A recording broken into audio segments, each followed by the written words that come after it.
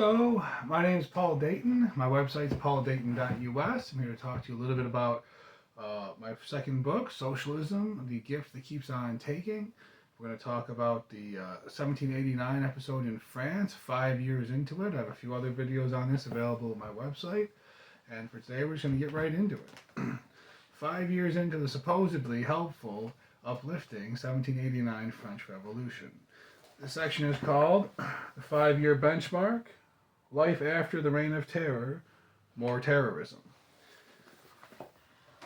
Beginning with a proposal made on December 8, 1794, legislative action was taken to return some of the land stolen by the French wokers to the clergy and the nobility, who had been victimized by the theft. Land which had already been sold, however, remained with the purchaser, so they didn't get all their land back. The maximum set maximum wages along with maximum prices for goods, though these prices were routinely disregarded. This price control device, instituted in 1793 by the populist redistributors at the helm, also mandated that goods and services be paid for in their new currency, which was created using land pilfered from their own countrymen as collateral, this called the assignat. This law was repealed in December of 1794 as the currency's value sunk like a stone. The inflation resumed at a pace far greater than the rate exhibited prior to the institution of these measures. So, as is commonly the case throughout history, you have an inflationary issue, prices are rising, wages are not keeping pace in a precise concert with that. So what they do is they try to take a short-term appeasing measure to the masses by setting prices. It's like having a pot of water on the stove. It starts to boil. You just turn up the heat, but you don't take off the lid.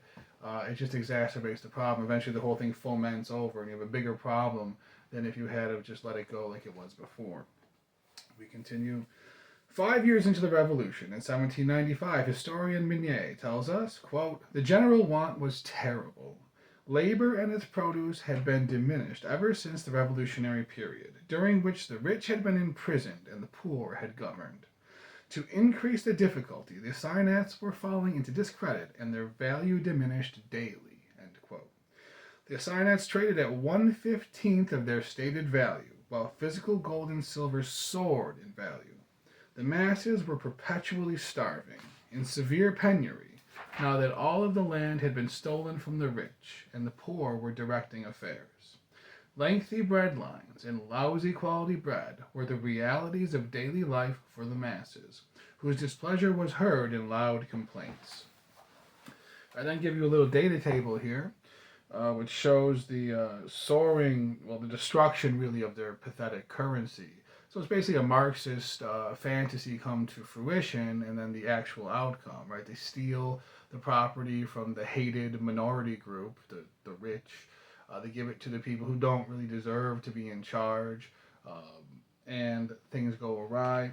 The money is destroyed. A bushel of flour sold for 40 cents in 1790. 5 years later, for 45, I'll call them assignats or dollars.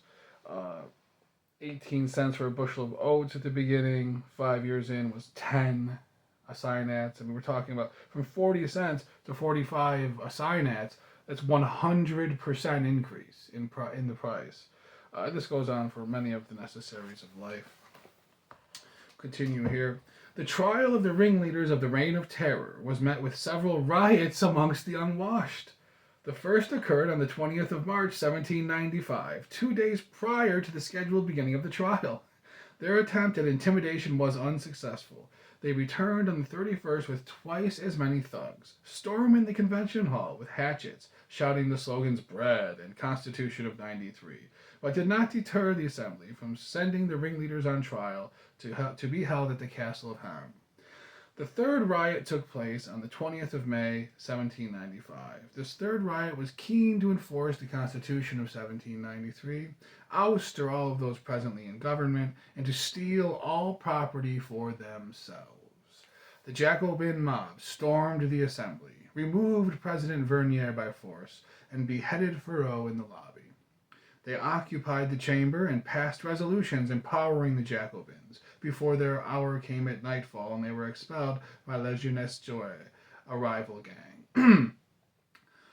The recent president, Bosse d'Anglas, is my attempt to pronounce that name, stood up to the populist thugs even as they threatened him at pike point, refusing to grant their request. A pike, if you don't know, if you ever seen like the Wizard of Oz, those sticks with the metal thing on the end, pike, threatening him at pike point, refusing to grant their requests. Although many assemblymen fled the hall, many remained, and a sect of those remaining usurped the presidency and awarded the armed men their desires, which included the re-establishment of the Jacobin Club. This condition was short-lived, however, as friends of law and order soon arrived at the scene. The Vandals fled. Their prizes won under duress were revoked. The conspiring assemblymen who granted the requests, along with several others, were arrested and sent far from Paris. The very next day, on the 21st of May, 1795, the rioters were back, and they brought their cannons. Negotiations prevailed, which sent the insurgents packing, with nothing but promises that their demands would be kept in mind going forward. The convention loomed supreme in authority, and they executed 6 of the Mountain Party. The Mountain were just a sect of the Jacobin Club. They executed 6 of the Mountain Party involved with the riot on the preceding day. The presence of the unwashed was expunged from the area of the decision-makers. This banishment would remain in effect thereafter. Following the external Jacobin takeover of and swift expulsion from the assembly, exiled church and nobles returned to France. The convention disarmed the populace. Revenge was taken on the political enemies of those returning. Bloody revenge. I'll stop there. This little free excerpt or reading from the book. Truly a disaster of central planning, of backwardsness. Recent people will call them BLMs, wokers. It's all the same thing. For hundreds of years, it's all the same. Marxists, New Dealers, American liberals, it's all the same. They concentrate power into the hands of the few by decree, expecting for some reason that once the power is concentrated into the hands of the few by decree, that those people who are in possession of said power will behave like perfect angels and bring, free everything for everybody, and nobody will have to worry about anything. Always the opposite is the case. France 1789 episode is just another of these episodes, a great episode from history that teaches us this lesson. I'm Paul Dayton. My website's pauldayton.us. Thank you for joining me. I hope you have a great day.